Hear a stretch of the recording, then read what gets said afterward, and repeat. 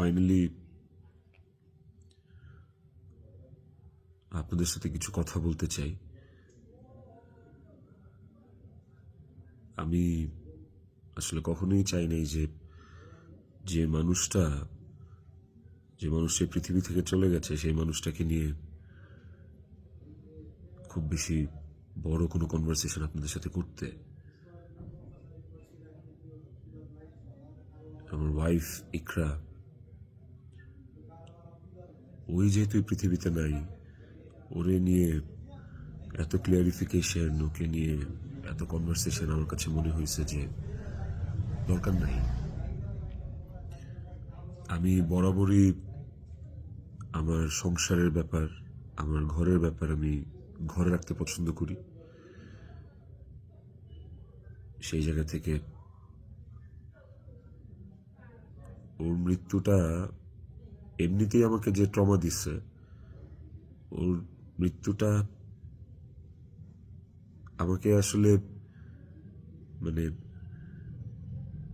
পাথরই বানায় ফেলছে একরকম। এগুলো নিয়ে আমি আসলে কথা বলতে চাই নাই, কিন্তু আমার কাছে মনে হয় যে আপনারা গল্পের একটা পাতা পড়েই পুরো গল্পটাকে জাজ করতেছেন। একটা পৃষ্ঠা পড়েই পুরো গল্পটা সম্পর্কে আপনারা আপনাদের মনের মতো করে যা খুশি বলতেছেন। পাতার এক পাশ পড়ে আরেক পাশ পড়বেন না, এটা তো হয় না, তাই না? আর আমি আসলে কোনো কিছু প্রপারলি গুছায় বলার মতো স্টেটে নাই, পরিস্থিতিতে নাই।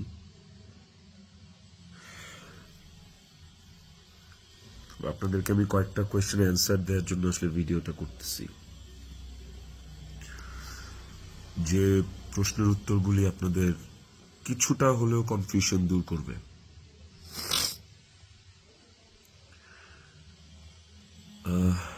শেষ প্রশ্নটা থেকেই আসি আপনাদের। আমি এই ভিডিওতে সবকিছু ক্লিয়ার করবো, এভরিথিং। আমি আপনাদের প্রত্যেকটা প্রশ্নেরই উত্তর দেওয়ার চেষ্টা করব। আপনাদের শেষ প্রশ্নটা ছিল যে মানুষটা একটা মানুষকে ভালোবাসার প্রমাণ দিতে যে আত্মহত্যা করে চলে গেল, মরে গেল, আমি ওই মানুষটা শেষবারের মতো মুখটাও দেখতে আসলাম না। এই যে আপনাদের প্রশ্নটা, আচ্ছা আপনারা কি আমার দেশে আসার মতো পরিস্থিতি রাখছেন? হ্যাঁ, আমি দেশে আসা মাত্রই আমার উপর মব সৃষ্টি হবে। আমি দেশে আসার মাত্রই আপনারা আমাকে টাইনা ছিঁড়ে ফেলবেন। আমার ফোনে এত এত এত থ্রেটস আমি আপনাদেরকে বলে বুঝাইতে পারবো না। আমার কাছে এমন ইনফরমেশন আসছে যে এয়ারপোর্টের বাইরে লোক রেডি করা আছে। আমি যাওয়া মাত্রই they will gonna hit me, they will gonna kill me. Police ধরে নিয়ে গেলে ওকে, আমি সেটা আইনিভাবে ফেস করব, কিন্তু এখন যদি আমিও মারা যাই, আমিও রিজিকের মার কাছে চলে যাই, রিজিকের কি হবে? আপনারা কি চান যে রিজিক তার বাবাকেও হারাক? এই ছেলেটার কি দোষ? এই ছেলেটা বড় হবে না? ও কিভাবে বাঁচবে? মায়ের অভাব কেউ পূরণ করতে পারে না।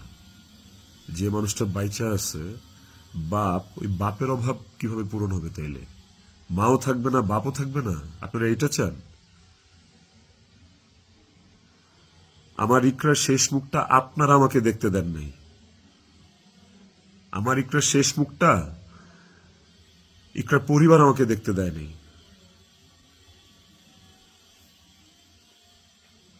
16 বছর সংসার করছি, 16 বছর একটা শত্রুর সাথেও যদি কেউ এক ছাদের নিচে থাকে, সে মারা গেলে তার চেহারাটা দেখার জন্য ছটফট করে মানুষ। আর আমার বউ ছিল, আমি ভালোবাসা তার বিয়ে করছি, ওই মানুষটা মারা গেছে, তার শেষবারের মতো তার চেহারাটা আমি দেখবো না?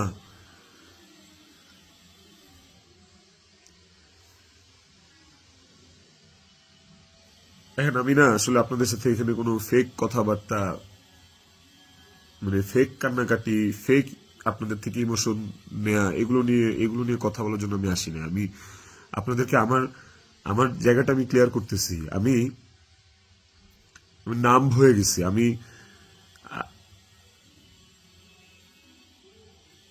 আমারও মনে হয় যে আমি যে কোনো সময় কোনো একটা দুর্ঘটনা ঘটায় ফেলতে পারি, বাট ওই মুহূর্তে যখন রিজিকের ফেসটা আমার চোখের সামনে আসে না, আমি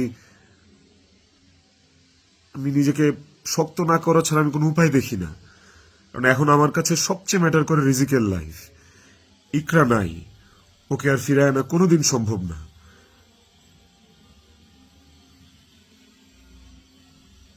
আমার কাছে এখন সবচেয়ে বেশি প্রায়োরিটি হচ্ছে রিজিকের জীবনটা। আপনারা না রিজিককে ভালোবাসেন, আপনারা না রিজিককে নিয়ে অনেক কনসার্ন। এই যে এত এত গালি আর হেট্রেড আমাকে নিয়ে, এত কিছু, সবকিছুর অ্যান্সার আপনাদেরকে আমি দিব। তার মধ্যে একটা জিনিস আমাকে একটু হলেও স্বস্তি দিছে, সেটা হচ্ছে যে আপনারা রিজিককে নিয়ে অনেক কনসার্ন। তাহলে রিজিক তার বাবা হারাইলে আপনারা খুশি হবেন? আপনাদেরকে আরেকটা কথা বলবো, সেটা হচ্ছে যে আপনারা অনেকেই বলতেছেন যে এদিকে বউ মারা গেছে অথচ আমি আসতেছি না, নেপাল থেকে আসতে কয় ঘন্টা লাগে, নেপাল কি মঙ্গল গ্রহে নাকি, অনেক অনেক কথা বলতেছে। কন্টেন্ট ক্রিয়েটাররা ভিডিও বানাইতেছে যে নেপাল থেকে আসলে 1 ঘন্টা লাগে, এই লাগে সেই লাগে। ভাই, আমি নেপালে 18 বার আসছি, আমি জানি নেপাল থেকে যেতে কতক্ষণ লাগে। কিন্তু নেপাল থেকে বাই রোডে বাংলাদেশে যাওয়ার কোনো সুযোগ নাই। ইন্ডিয়া হয়ে বাই রোড যাওয়া যায়, সেটাও লুকায় টুকায় যাওয়া যায়, অথবা ইন্ডিয়ার ভিসা থাকা লাগে।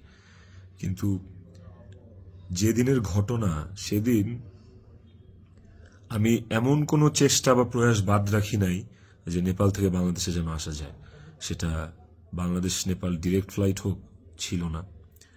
ট্রানজিট ফ্লাইট ছিল না, একটা ট্রানজিট ফ্লাইট ছিল, ওইটার টাইম আর ওইটাতে আসলাম, ওকে পরের দিনে আসতে হইতো।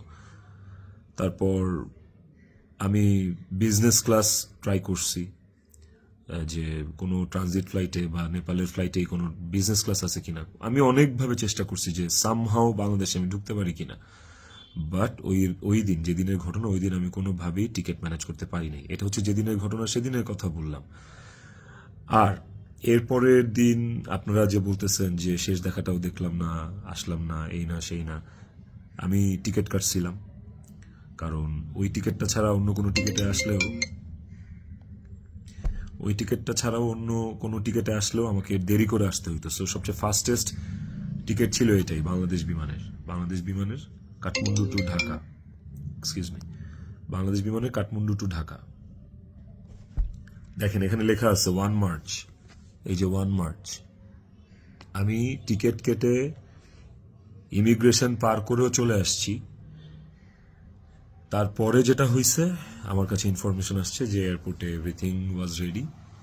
আমি ঢুকা মাত্রই আমাকে হিট করবে বা আমাকে পুলিশের হাতে পড়ার আগেই আমাকে যা করার করবে। তো ওই অবস্থায় তো আমি দেশে ঢুকবো না। এবং এর সাথে শুধু আমার কাছের মানুষজনই যে জড়িত তা না, আর অনেক মানুষজন জড়িত। আমি পুরোটা না বলি, কাউকে ছোট করতে চাই না বা কাউকে আমি এখনই দোষ দিতে চাই না। তো আমি যখন বুঝতে পারলাম যে আমি দেশে আসা মাত্রই আমার উপর অ্যাটাক হবে এবং এটা হিতের বিপরীত হবে, এবং এখন মব হলে যেটা হয় যে পুলিশও আসলে অনেক সময় নিরুপায় হয়ে যায় সিচুয়েশনে, ওই জিনিসটা অ্যাভয়েড করার জন্য যে আমার কিছু হইলে এখন আমার ছেলের কি হবে, আমার ছেলে তো আমার পথ চেয়ে বসে আছে, ওই ব্যাপারটা যখন আমি জানতে পারি, ক্লিয়ারিফাই হই, তখন আমি ইমিগ্রেশন ক্রস করার পরেও আমি অফলোড হই। দেখেন, এখানে রিজেক্টেড লেখা আছে, অফলোড হওয়ার। তো এই ছিল রিজন। আর যারা বলতে চাচ্ছেন যে আমি আসি নাই, আমার আসার ইচ্ছা নাই, দেখার ইচ্ছা নাই, খুবই বুলশিট কথা এবং ভুল কথা। আমার বউ মারা গেছে, যার সাথে আমি 16 বছর কাটাইছি, যারা আমি ভালোবেসে বিয়ে করছি, যাকে আমি ভালোবাসছি, তার শেষ মুখটা আমি দেখতে আসবো না, এটা শুনতে পাইলেও বা এটা শোনার পরও আসলে আমার কলিজাটা কাঁপা ওঠে, আমার ছটফট করে। আমি যখন আপনাদের রিলস দেখি, আমি যখন আপনাদের ভিডিও দেখি যে কবরে শোয়ানো হচ্ছে, কবর খোঁড়া হচ্ছে, লাশের গাড়ি যাচ্ছে, ভাই আমি ঠিক থাকতে পারি না। আমার ভেতরটা যে কেমন ছটফট করে, আমি আপনাদেরকে এটা বুঝাইতে পারবো না। এইটা বুঝানোর সাধ্য কারো নাই, যার যায় সে বুঝে। বিশ্বাস করেন, যার যায় একমাত্র সে বুঝে, আর কেউ না। আপনাদের অনেক বড় একটা প্রশ্ন, অনেক বড় একটা জানতে চাওয়া যে ইকরার সাথে আমার এমন কি কথা হইল যে ইকরা সুইসাইড করতে বাধ্য হয়েছে। ইকরার সাথে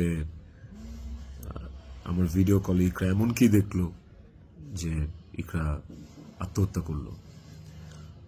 তো নেপালে আসার পর থেকে সমস্ত কনভারসেশন ইকরার সাথে আমার শেষ পর্যন্ত আমি আপনাদেরকে প্রোভাইড করব। কমেন্ট সেকশনে আপনারা দেখবেন, দেখলে আপনারা বুঝতে পারবেন যে আসলে কি ঘটছে বিষয়টা। আরেকটা যে বিষয় সেটা হচ্ছে যে কিছু স্ক্রিনশট ঘুরে বেড়াচ্ছে ফেসবুকে, সোশ্যাল মিডিয়াতে, যে ওখানে লেখা আমি ইকরাকে বলতেছি আমি ওকে ডিভোর্স দিয়ে তিথিকে বিয়ে করবো, এন্ড আপনারা ভাবতেছেন এই জন্য ইকরা সুইসাইড করছে। আপনাদেরকে বলতে চাই ওই স্ক্রিনশটটা পুরোটাই ফেক। কারণ হচ্ছে আমি কোনোদিন ইকরার সাথে বাংলায় কনভারসেশন করি নাই, কোনো চ্যাটিংয়েই ওর সাথে আমার কোনোদিন কোনো বাংলায় এরকম ভাবে বাংলা লেখায় ওর সাথে আমার কোনোদিন কোনো কনভারসেশন হয়নি। ইকরার সাথে আমি সবসময় বাংলা আর ইংলিশ মিক্স কনভারসেশন করছি। বাংলা আর ইংলিশ মিক্স বলতে বাংলিশ ভাষায় আর কি, বাংলাটাকে ইংলিশে লিখে ওর সাথে কনভারসেশন করছি। তো ওই স্ক্রিনশটটা দেখে আপনারা ভুল বুঝেন না, মিসজাজ করেন না, ওটা একটা ভুয়া এবং ফেক স্ক্রিনশট। আমাকে ফাঁসানোর জন্য আসলে ওই স্ক্রিনশটগুলো বানানো। কে বা কারা বানাইছে আই হ্যাভ নো আইডিয়া। তো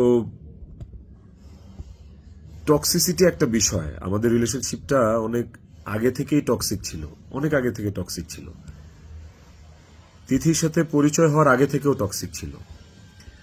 অ্যান্ড ও অনেক আগে থেকে আমার কাছে ডিভোর্স চাইতো, কিন্তু আমি কোনোদিনই ওকে ডিভোর্স দিতে চাইনি, তালাক দিতে চাইনি। আমার একটাই কথা ছিল যে আমি সংসার করব। কারণ আমি নিজে একটা ব্রোকেন ফ্যামিলি থেকে বড় হওয়া ছেলে। আমি যখন ক্লাস 5-এ বা 6-এ পড়ি তখন আমার বাবা মার মধ্যে ডিভোর্স হয়, সেপারেশন হয়। আমি খুব ভালো করে ফিল করছি, আমি নিজে ফিল করছি যে একটা ব্রোকেন ফ্যামিলিতে একটা সন্তান কোন ধরনের ইনকনভেনিয়েন্স, কত ধরনের সমস্যা ফেস করে, তার মেন্টাল স্টেট কেমন হয়। আমি কোনোদিনই চাইনি রিজিক এই সাতটা পাক। আমি কোনোদিন চাইনি যে রিজিক ব্রোকেন ফ্যামিলির বাচ্চা হোক, বেবি হোক, বা ও আমি যে কষ্টটা ফিল করছি আমার লাইফে এই কষ্টটা, সেম কষ্টটা রিজিক ফিল করুক, এটা আমি কোনোদিনই চাইনি। এই কারণে আমি অলওয়েজ আমার মধ্যে ট্রমাটা ছিল যে মানে ব্রোকেন ফ্যামিলির কনসিকুয়েন্সেস কি। আমি কোনোদিন ওর কাছে বলি নাই যে আমি ওকে ডিভোর্স দিব, আমি ডিভোর্স দিতে চাই। আমি অলওয়েজ ওর সাথে সংসারই করতে চাইছি। তো স্ক্রিনশট দিব, আপনারা দেখতে পাবেন।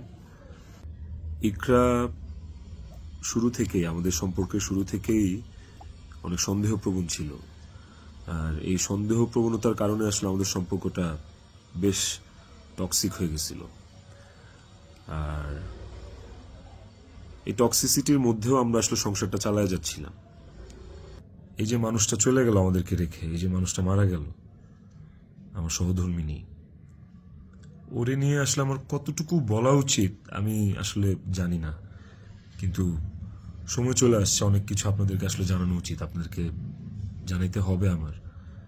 কারণ আপনারা একতরফা ভেবে যাচ্ছেন বিষয়টাকে। ওর কিছু বদভ্যাস ছিল, ওর জেনুইন কিছু বদভ্যাস ছিল যেগুলো আসলে ওকে আরো ক্রেজি করে ফেলছে, যেগুলো ওকে আরো মানে এমনি তো বাইরের মানুষ থেকে ট্রিগার্ড হইতো, ওই জিনিসগুলো ওকে আরো পেয়ে বসতো আর কি। এই বিষয়গুলো আসলে আমি জাস্ট মুখের কথা বলতেছি না, আমার কাছে প্রমাণ আছে। ইভেন আমি আপনাদেরকে এগুলো সব শেয়ার করব পরের ভিডিওতে with documents and all. Iqra triggered হইছে, কিন্তু সেটা আমি করি নাই। ইকরা ট্রিগার্ড হইছে আমারই কিছু ভাই ব্রাদার, কিছু কাছের মানুষ, যারা ওর আমার দুইজনেরই কমন সার্কেল, যাদের সাথে ইকরার আমি দুইজনই খুব ইন্টিমেট ছিলাম। ওরা ডে বাই ডে ওকে ট্রিগার করে করে আজকে এই জায়গায় নিয়ে আসছিল। এবং এই মানুষগুলা তো থার্ড পার্সন আমার জীবনে। একটা সংসার তখনই টক্সিক হয় যখন বাইরের মানুষরা ওই সংসারের মধ্যে ইনভলভ হওয়া শুরু করে, বাইরের মানুষগুলা ওই সংসারে হাজবেন্ডকে বা ওয়াইফকে ট্রিগার করা শুরু করে। এই মানুষগুলা সম্পর্কে আমি পরে অন্য একটা ভিডিওতে হয়তো বলবো, বা এই মানুষগুলো সম্পর্কে ওরা যারা নিজেদেরকে কাকরাইল মসজিদের ইমাম সাহেব মনে করতেছে, মনে করে আমার সংসারে ইন্টারফেয়ার করছে, তাদেরকে নিয়ে পরে কথা বলবো উইথ প্রুফ। কিন্তু এখন আসলে আমি এইসব বিষয়ে বা অন্য কাউকে এক্সপোজ রিভিল করার মতো আসলেই মেন্টাল পরিস্থিতিতে নাই।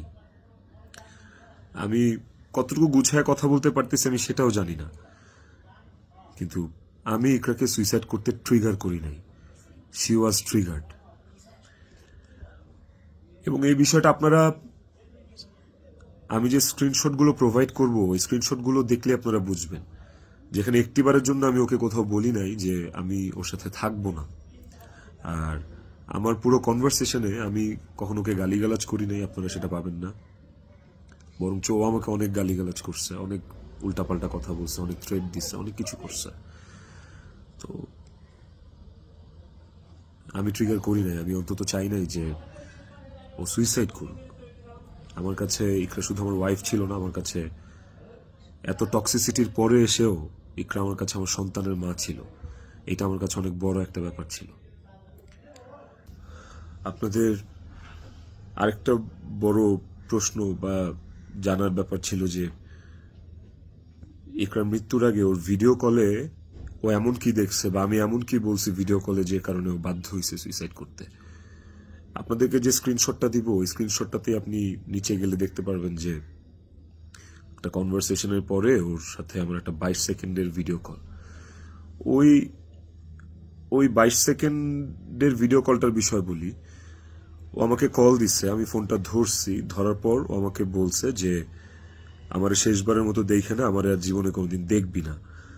তো ওর ওই কথাটা শোনার পরে আমার কাছে মনে হয়েছে যে আমি খুব ঘাবড়ে গেছি, আমি ভয় পেয়ে গেছি যে নিশ্চয়ই কোনো একটা দুর্ঘটনা ঘটবে। সাথে সাথে আমি আমার অ্যাসিস্ট্যান্টকে কল দিছি যে ম্যাডাম পাগলামি করতেছে, ম্যাডাম রে তাড়াতাড়ি যা দেখ ম্যাডাম কি করতেছে, তাড়াতাড়ি পাগলামি করতেছে। ওই অ্যাসিস্ট্যান্টের সাথে কথা বলার সময় আমার ফোনে ওই কথা বলা অবস্থাতে আরেকটা ভিডিও কল আসছে। অ্যাসিস্ট্যান্টকে আমি হোয়াটসঅ্যাপে কথা বলতেছিলাম, মেসেঞ্জার আমার কলটা ভিডিও কলটা আবার আসছে ইকরার থেকে। তো অ্যাসিস্ট্যান্টের সাথে কথা বলতে বলতে ওই কলটা রিসিভ করতে পারি নাই। অ্যাসিস্ট্যান্ট ততক্ষণে ম্যাডামের ওখানে গেছে, আর আমার কলটা যেহেতু আমি ধরতে পারি নাই, তারপর আমি অ্যাসিস্ট্যান্টের সাথে কথা শেষে আমি নিজে কল ব্যাক করছি। তারপর আর ওই কল ওখান থেকে আর কখনো রিসিভ হয় নাই। তো আমার কথা হচ্ছে যে আমার কথা ভাবে নাই, মানলাম। আমার ছেলেটা রিজিক পর্যন্ত যে ওকে গেটে ধাক্কা দিচ্ছে, নক করছে, বলছে যে মা দরজা খুলো, মা দরজা খুলো। রিজিকের কণ্ঠস্বরটা কি ওর কানে যায় নাই? রিজিকের প্রতি কি ওর একটু মায়া কাজ করে নাই রিজিকের কথাটা শোনার পরে? তো এই ভিডিও কলের বিষয়টাও আপনাদেরকে আমি ক্লিয়ার করলাম। আই হোপ আপনারা স্ক্রিনশট দেখলে বুঝতে পারবেন। এবার আসেন নেপালের শুটিং প্রসঙ্গ। নেপালে নেপালে কি আমি এই প্রথম জীবনে শুটিংয়ে আসছি? এর আগে আমি নেপালে শুটিং করছি, এর আগে আমি মালয়েশিয়াতে শুটিং করছি, থাইল্যান্ডে শুটিং করছি, সুন্দরবনে শুটিং করছি, দেশে মানিকগঞ্জ, কক্সবাজার, কত জায়গায় কত আউটডোরে শুটিং করছি। তিথিও ছিল অনেক শুটিংয়ে। ওইসব শুটিংয়েও কিন্তু আমার আশেপাশের মানুষগুলা যারা প্রিটেন্ড করতো যে তারা আমার শুভাকাঙ্ক্ষী, বাট অ্যাকচুয়ালি তারা আমার শুভাকাঙ্ক্ষী না, ওই মানুষগুলা কিন্তু তখন ইকরাকে অনেক ট্রিগার করতো। কই, তখন তো ইকরা এই ধরনের কোনো স্টেপ নেয় নাই, তখন তো আত্মহত্যা করে নাই। আপনারা ইকরার আর ইকরার বান্ধবীর স্ট্যাটাস, সরি কি বলে ওটাকে, স্ক্রিনশট বোধহয় পড়ছেন। ওখানে কিন্তু ইকরা নিজেই স্পষ্ট লিখছে যে ও এইসব মানুষের কথাবার্তা নিতে পারতেছে না, গত 3 বছর ধরে ও এইসব মানুষের ট্রিগার আর সহ্য করতে পারতেছে না। ও নিজের কথা ও নিজে লিখছে, আপনারা পড়ছেন। তো কিভাবে বলেন যে আমার ইকরাকে আমি মেরে ফেলছি? আমার ইকরাকে এইসব মানুষ মেরে ফেলছে, এরা মেরে ফেলছে ট্রিগার করতে করতে, ওর কান ভরতে ভরতে। ইকরা ওয়াজ সো সফট হার্টেড, ও বাইরে থেকে অনেক শক্ত কিন্তু ভেতরে খুব নরম একটা মানুষ ছিল। ওকে খুব সহজেই ম্যানিপুলেট করা যেত, ও মানুষের কথা বিশ্বাস করত কারণ ও খুব সহজ সরল ছিল। তো এই আশেপাশের মানুষগুলো এই সুযোগটাই আসলে কাজে লাগাইছে, আশেপাশের মানুষগুলো এই চান্সটাকেই আসলে ইউটিলাইজ করছে।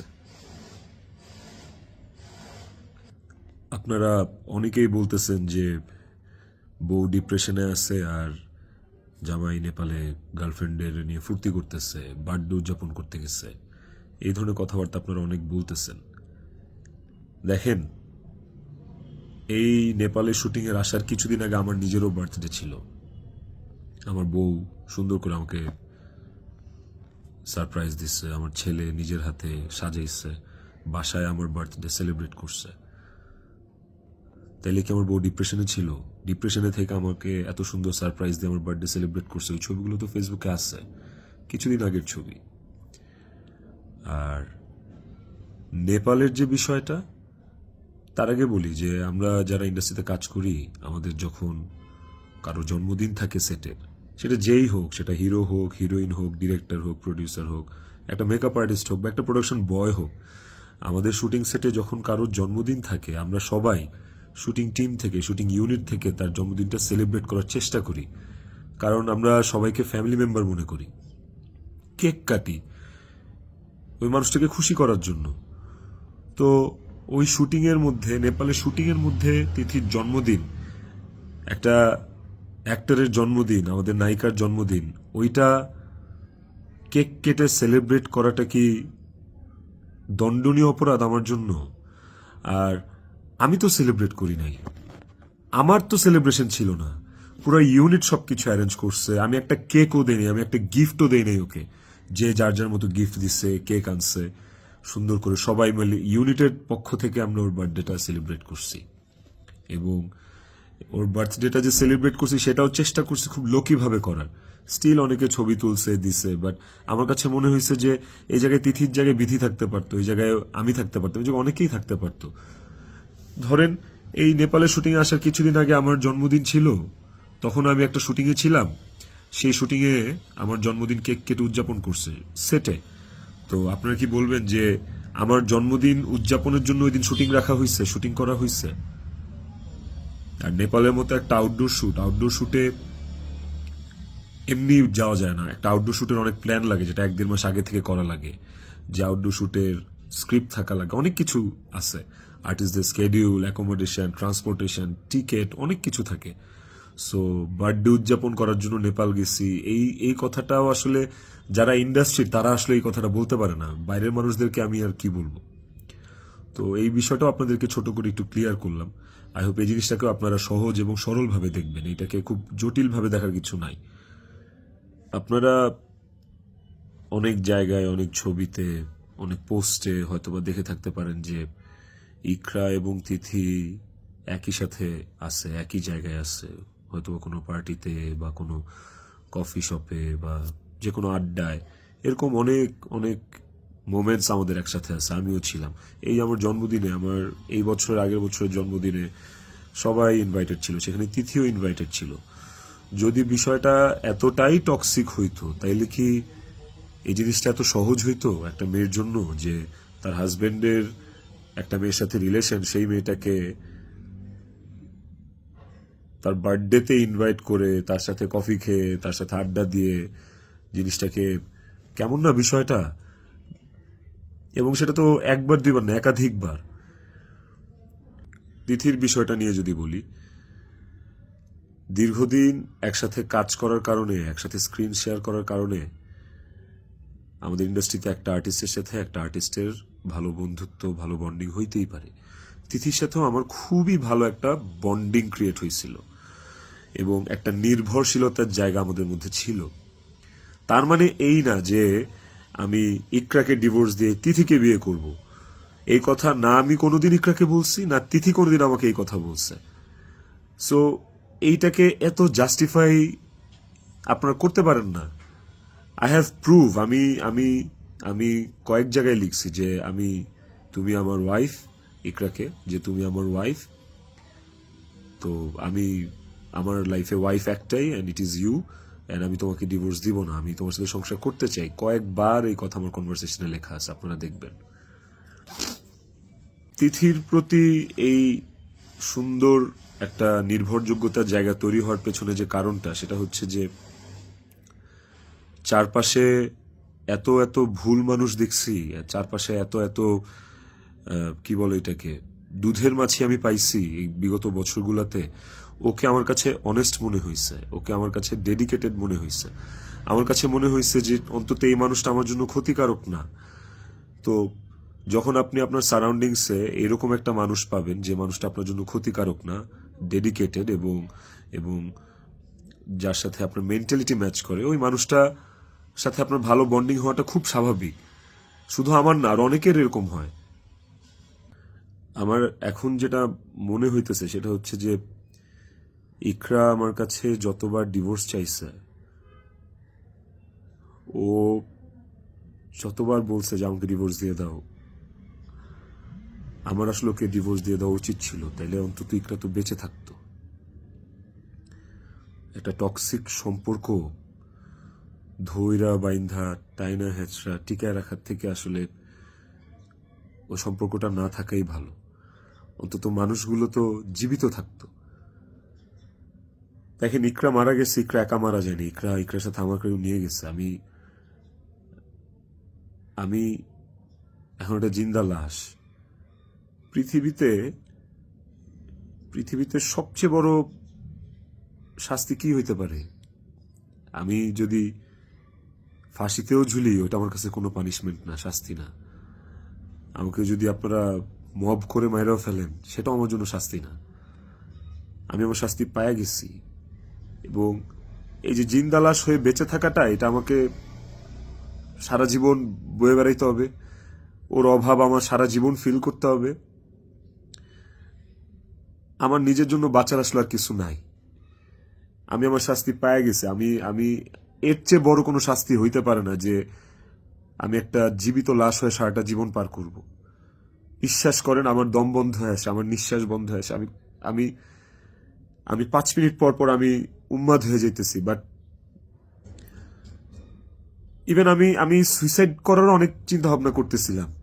বারবার মনে হচ্ছিল যে আমি ইকরার কাছে চলে যাই, ইকরা আমাকে ডাকতেছে। কিন্তু যখনই রিজিকের চেহারাটা চোখের সামনে ভাইসা ওঠে না, ওই মুহূর্তে আসলে আর আর কিছু মাথায় কাজ করে না। মনে হয় যে না না না না, আমি এর করতে পারবো না, রিজিকের জন্য আমার বাঁচতে হবে। আপনারা প্লিজ প্লিজ রিজিকের জন্য হইলেও আমারে বাঁচতে দেন, আমারে দেশে আসতে দেন প্লিজ। আপনারা যদি রিজিককে ভালোবাসেন, আমাকে একটা সুযোগ দেন রিজিকের যোগ্য পিতা হয়ে দেখানোর। আমি ওকে একটা সুন্দর জীবন দিতে চাই। আমি ওর মায়ের অভাব পূরণ করতে পারবো না, কিন্তু আমি ওকে আমার বাবার ভালোবাসা থেকে, আমি ওর বাবার ভালোবাসা থেকে বঞ্চিত করতে পারবো না। আমি চাই না। আমি ওকে ওকে একটা আদর্শ বাবা হয়ে দেখাইতে চাই। আমার সন্তানটা আমার সাথে খুব কানেক্টেড। যারা আমার কলিগ, তারা দেখছে, তারা জানে যে আমার ছেলেটা আমার জন্য কি পরিমাণ ক্রেজি, পাগল। আমাকে আমার ছেলের কাছে যাইতে দেন আপনারা প্লিজ। ও আমার জন্য অপেক্ষা করতেছে। ওকে ওকে আমি মানুষের মতো মানুষ করতে চাই। ওকে আমি পৃথিবীতে সুখের একটা জীবন দিতে চাই। প্লিজ। আইনের প্রতি আমার শ্রদ্ধা আছে। আমি দেশে আসলে আইন আমাকে যে শাস্তি দিবে, আইন যে সিদ্ধান্ত নিবে, আমি সেই সিদ্ধান্তের সাথে একমত থাকব। আমার তাতে কোনো আপত্তি নাই। আমি আইনিভাবে এই জিনিসটা ফেস করবো, আমার কোনো আপত্তি নাই। কিন্তু প্লিজ আমাকে রিজিকের থেকে দূরে সরান না আপনারা। এতটুকু আপনাদের কাছে অনুরোধ করে বলতেছি, হাত জোর করে বলতেছি, প্লিজ।